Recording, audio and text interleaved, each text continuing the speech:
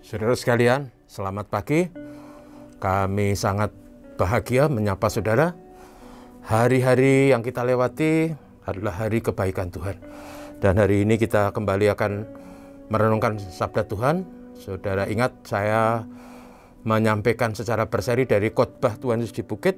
Kali ini sudah hampir sampai ujung di pasal 7 ayat 24 sampai 27. Saya beri tema pendengar yang bijak dan pendengar yang bodoh. Demikian teks firman Tuhan. Setiap orang yang mendengar perkataanku ini dan melakukannya, ia sama dengan orang yang bijaksana yang mendirikan rumahnya di atas batu. Kemudian turunlah hujan dan datanglah banjir. Lalu angin melanda rumah itu, tetapi rumah itu tidak rubuh sebab didirikan di atas batu. Tetapi setiap orang yang mendengar perkataanku ini dan tidak melakukannya, ia sama dengan orang yang bodoh yang mendirikan rumahnya di atas pasir. Kemudian turunlah hujan dan datanglah banjir. Lalu angin melanda rumah itu sehingga rubuhlah rumah itu dan hebatlah kerusakannya. Saudara sekalian, rentetan dari pengajaran Yesus yang luar biasa itu diakhiri dengan kata-kata ini, bahwa setiap orang yang mendengar apa yang diajarkan Yesus dan tidak hanya berhenti kepada pemahaman kognitif, bahkan bisa bukan saja mengagumi tetapi melakukan secara nyata dalam kehidupannya setiap hari, maka kata Yesus, orang seperti itulah yang disebut sebagai pendengar yang bijaksana. Orang seperti itu sama seperti orang yang mendirikan rumah di atas batu, di atas fondasi yang kuat. Sehingga walaupun ada hujan dan banjir dan angin kencang, rumah bisa bertahan di tengah badai dan angin tofan. Saudaraku, itulah kekristenan yang nyata, bahwa karakter, tutur kata, dan laku hidup orang itu diwarnai oleh prinsip ajaran yang disampaikan oleh Yesus. Sabda Yesus menjadi nutrisi bagi kehidupan iman dan mewarnai karya dan lakunya setiap hari.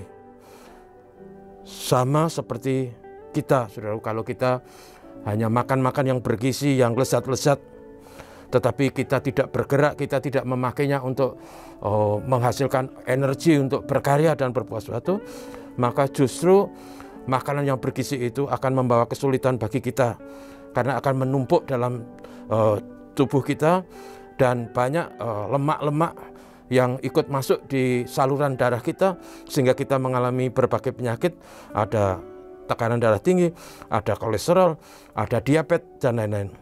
Tetapi kalau nutrisi yang kita makan itu kita pakai untuk menghasilkan tenaga yang kita gunakan untuk berkarya, berbuat sesuatu, bekerja dan sebagainya, maka itu akan membuat kita sehat dan bahkan kita diberi umur yang panjang.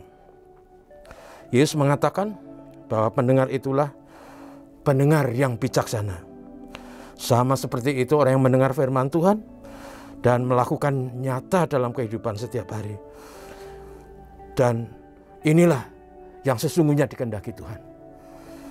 Kemudian yang kedua yang diklasifikasikan Yesus sebagai pendengar yang bodoh adalah orang yang mendengar pengajaran Yesus, barangkali bahkan mengagumi sedemikian rupa, karena ajarannya memang ajaran ilahi yang penuh hikmat makrifat. Tetapi kalau semuanya itu hanya berhenti pada kekaguman, berhenti pada pemahaman dan wacana, dan tidak dipraktekkan dalam kehidupan nyata setiap hari, sesungguhnya orang ini adalah orang dalam kategori pendengar yang bodoh, yang hanya mendengarkan sabda Tuhan untuk menjadi wacana, mendengarkan sabda Tuhan untuk menjadi informasi yang ditampung banyak di otak, tetapi tidak diimplementasikan, sehingga kepalanya besar tapi hatinya kecil. Dan saudara, kata Yesus, orang yang seperti ini adalah pendengar yang bodoh, karena apa yang disampaikan Yesus itu sesungguhnya tidak memberi manfaat dan dampak apapun dalam hidupnya.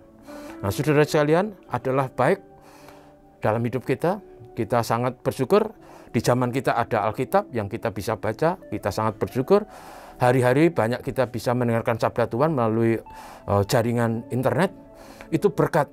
Tetapi yang tidak boleh diabaikan adalah bahwa setiap kali kita mendengar firman Tuhan, seharusnya firman Tuhan itu bukan hanya merasuk dalam hati, tapi mewarnai laku setiap hari. Marilah kita menjadi pelaku firman. Karena kalau tidak, kita hanya menjadi pendengar yang bodoh. Dan kalau kita menjadi pendengar yang bodoh, besok kita akan ditolak pada hari terakhir, pada waktu kita bertemu Yesus, dan Yesus akan berkata kepada kita, "Nyalah dari hadapanku, aku tidak mengenal engkau, kau pembuat kejahatan." Dan itu adalah akhir kehidupan manusia yang paling menyedihkan dan mengecewakan. Karena di akhir perjalanan itu, justru kita ditolak oleh Tuhan. Menjadi pelaku firman adalah kehendak Tuhan bagi Anda dan saya. Saudaraku, mari kita berdoa. Tuhan, tolonglah kami supaya kami sebagai umat percaya selalu bisa menikmati sabda Tuhan, tapi bukan hanya sebagai pendengar, namun kami melakukannya supaya kami terklasifikasi sebagai pendengar yang bijaksana. Tuhan, kami berdoa kiranya Engkau memberkati jemaat Tuhan GKNF, Tuhan menolong mereka semua, tak terkecuali mereka yang mengalami kesulitan, sakit, penyakit, pergumulan. Tuhan memberikan solusi dan jalan keluar. Doa kami untuk negeri tercinta, negeri kami, diberkati usaha-usaha pemerintah dalam meningkatkan taraf hidup rakyat, dalam menangani pandemi, dalam meningkatkan berbagai sarana prasarana hidup berbangsa bernegara. Doa kami supaya hukum ditegakkan, keadilan diwujudkan. Terima kasih kepadamu, berkati Pak Presiden Jokowi dan seluruh jajarannya. Dalam nama Yesus kami berdoa. Amin.